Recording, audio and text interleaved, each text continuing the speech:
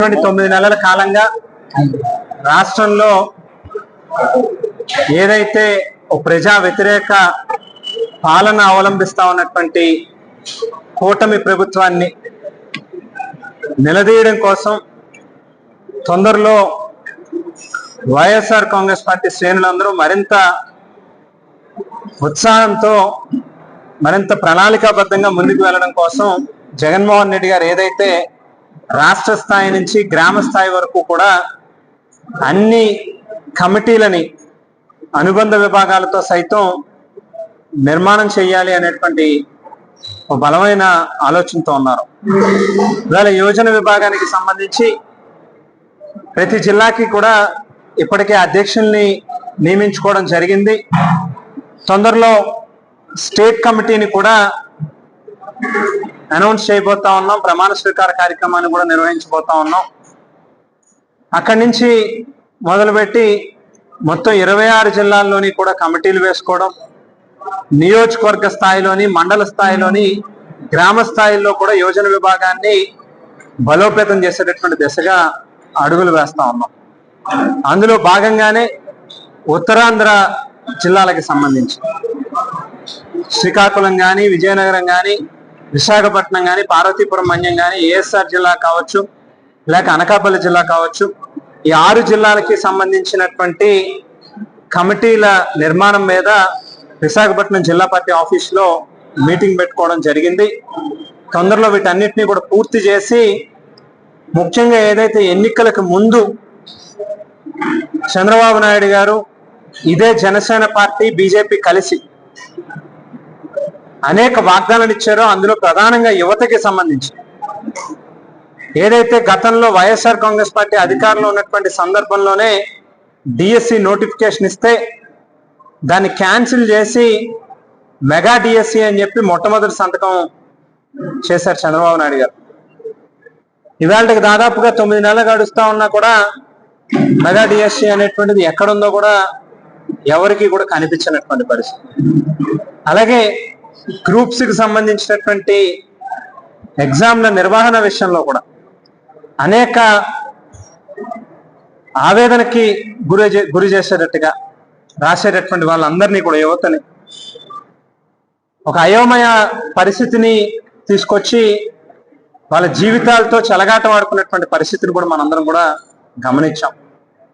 మరో పక్కన ముఖ్యంగా ఎవరైతే కూటమి పార్టీలకి అనుకూలంగా పనిచేయనటువంటి వాళ్ళు ఉన్నారు వాళ్ళందరి మీద కూడా రాష్ట్ర వ్యాప్తంగా అనేక రకాల దాడులు చేస్తూ కేసులు పెడుతూ ఓ లా అండ్ ఆర్డర్ సిచ్యువేషన్ ని తీసుకొస్తా ఉన్నారు రాష్ట్రంలో. ఆ కారణంగా జగన్మోహన్ రెడ్డి గారి హయాంలో వచ్చినటువంటి పెద్ద పెద్ద కంపెనీలు సైతం రకరకాల రంగాలలో, అది ప్రొడక్షన్కి సంబంధించినటువంటి ఇండస్ట్రీలు కావచ్చు, సర్వీస్ ఇండస్ట్రీలు కావచ్చు, లేక రకరకాల సంస్థలు ఏదైతే ఎంఎన్సీ కంపెనీలు కూడా వచ్చినాయి అవన్నీ కూడా ఇవాళ ఇక్కడ ఉన్నటువంటి లా అండ్ ఆర్డర్ పరిస్థితి చూసి భయపడి వెనక్కి వెళ్ళిపోతా ఉన్నటువంటి పరిస్థితుల్లో కొత్తగా ఎక్కడా కూడా ఏ ఒక్కరికి ఉద్యోగాలు వచ్చేటటువంటి పరిస్థితి లేదు. సరికదా ఉన్నటువంటి కంపెనీలు కూడా వెళ్ళిపోతా ఉన్నటువంటి పరిస్థితుల్లో ఉన్న ఉద్యోగాలు కూడా ఎగిరిపోతా ఉన్నటువంటి పరిస్థితి కనిపిస్తా ఉంది.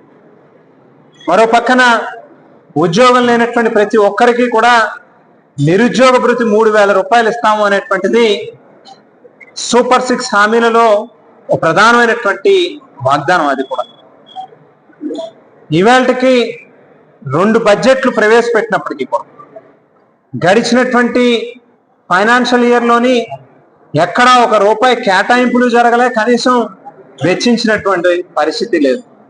అదే రకంగా ఈ 2వ ఏడాది కూడా ఏదైతే మొన్న ఈ మధ్య కాలంలో జరిగినటువంటి శాసనసభలో బడ్జెట్ ని ప్రవేశించారో ఈ బడ్జెట్ లో కూడా ఒక్క పైసా కూడా కేటాయించినటువంటి పరిస్థితి లేదు. ఎన్నికలకు ముందు హామీలు ఇవ్వడం, ఎన్నికల తర్వాత పంగనామాలు పెట్టడం అనేటువంటిది చంద్రబాబు నాయుడు గారికి వెన్నతో పెట్టినటువంటి విద్య. అయితే మీ మోసాలు, మీ ఏదైతే అబద్ధపు హామీలు అనేటువంటివి ప్రతిసారి ప్రజలేమీ చెవుల్లో పువ్వులు పెట్టుకుని లేరు, లేకపోతే ఊరికినే చేతులు కట్టుకుని మీరు చెప్పేటటువంటి మాటలు వినడానికి సిద్ధంగా లేరు. మరొక 3-4 నెలలు గడిస్తే ప్రభుత్వం మీద తీవ్రమైనటువంటి స్థాయిలో ప్రజలు రోడ్ల మీదకి వచ్చి స్వచ్ఛందంగా తిరగబడేటటువంటి రోజులు అతి దగ్గరలోనే ఉన్నాయి. డెఫినెట్ గా ప్రజల పక్షాన ఆవేళ అధికారంలో ఉన్నా ప్రతిపక్షంలో ఉన్నా ఏ రోజైనా కూడా ప్రజాపక్షంగా నిలబడేటటువంటి వైఎస్ఆర్ కాంగ్రెస్ పార్టీ జగన్మోహన్ రెడ్డి గారు డెఫినెట్ గా ప్రజలకి ఏదైతే ఈ కూటమి ప్రభుత్వం ఇచ్చినటువంటి మాటలని వాగ్దానాలని నెరవేర్చినటువంటి పక్షంలో వారి ప్రజల తరఫున పోరాడతాం, ప్రభుత్వాన్ని నిలదీస్తాం. దాని నిమిత్తమే ఈ కమిటీలన్నింటినీ కూడా పూర్తి స్థాయిలో క్షేత్రస్థాయి నుంచి కూడా బలోపేతం చేసేటటువంటి దిశగా అడుగులు వేస్తా ఉన్నాం అని చెప్పి ఈ సందర్భంగా తెలియజేస్తా ఉన్నాం. ఈ కార్యక్రమంలో వేళ యువజన విభాగానికి సంబంధించినటువంటి రీజనల్ కోఆర్డినేటర్ కావచ్చు, జిల్లా యువజన విభాగం అధ్యక్షులు కావచ్చు, నియోజకవర్గ స్థాయి యువజన విభాగం అధ్యక్షులు కావచ్చు, అందరూ కూడా పార్టిసిపేట్ చేయడం జరిగింది. భవిష్యత్తులో క్షేత్రస్థాయిలో కూడా మండల లెవెల్, గ్రామ లెవెల్లో కూడా వీటన్నిటినీ కూడా పూర్తి చేసుకుని నిర్మాణాన్ని మరింత పార్టీని ముందుకు తీసుకెళ్లేటటువంటి కార్యక్రమం కూడా చేస్తాము అని చెప్పి కూడా ఈ సందర్భంగా తెలియజేస్తాము.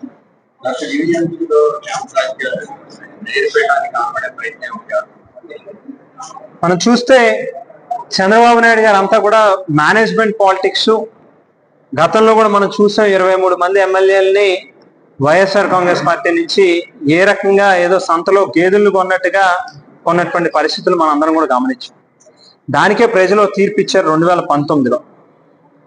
ఏదైనా కూడా ప్రజల నుంచి ఎన్నుకోబడినటువంటి వాళ్ళు ఏ పార్టీ మ్యాండేట్ మీద అయితే ఎన్నుకోబడ్డారో, ఏ పార్టీనైతే ఏ పార్టీ అధ్యక్షుడిని అయితే చూసి ఓట్లు వేసి వాళ్ళకి అవకాశం ఇచ్చారు, ఖచ్చితంగా దానికి కట్టుబడి ఉండాల్సినటువంటి అవసరం ఉంది.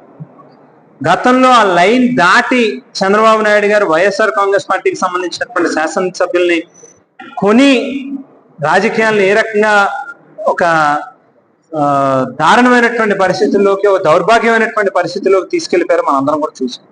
మళ్ళీ ఈవేళ రెండవసారి అధికారంలోకి వచ్చిన తర్వాత 2024లో అన్ని స్థాయిల్లోని కూడా ఏ రకంగా వైఎస్ఆర్ కాంగ్రెస్ పార్టీ శ్రేణుల్ని బెదిరించో, భయపెట్టో, లోబరుచుకునో వాళ్ళ వైపు తిప్పుకోవాలనేటువంటి ప్రయత్నాలు జరుగుతూ ఉన్నాయి.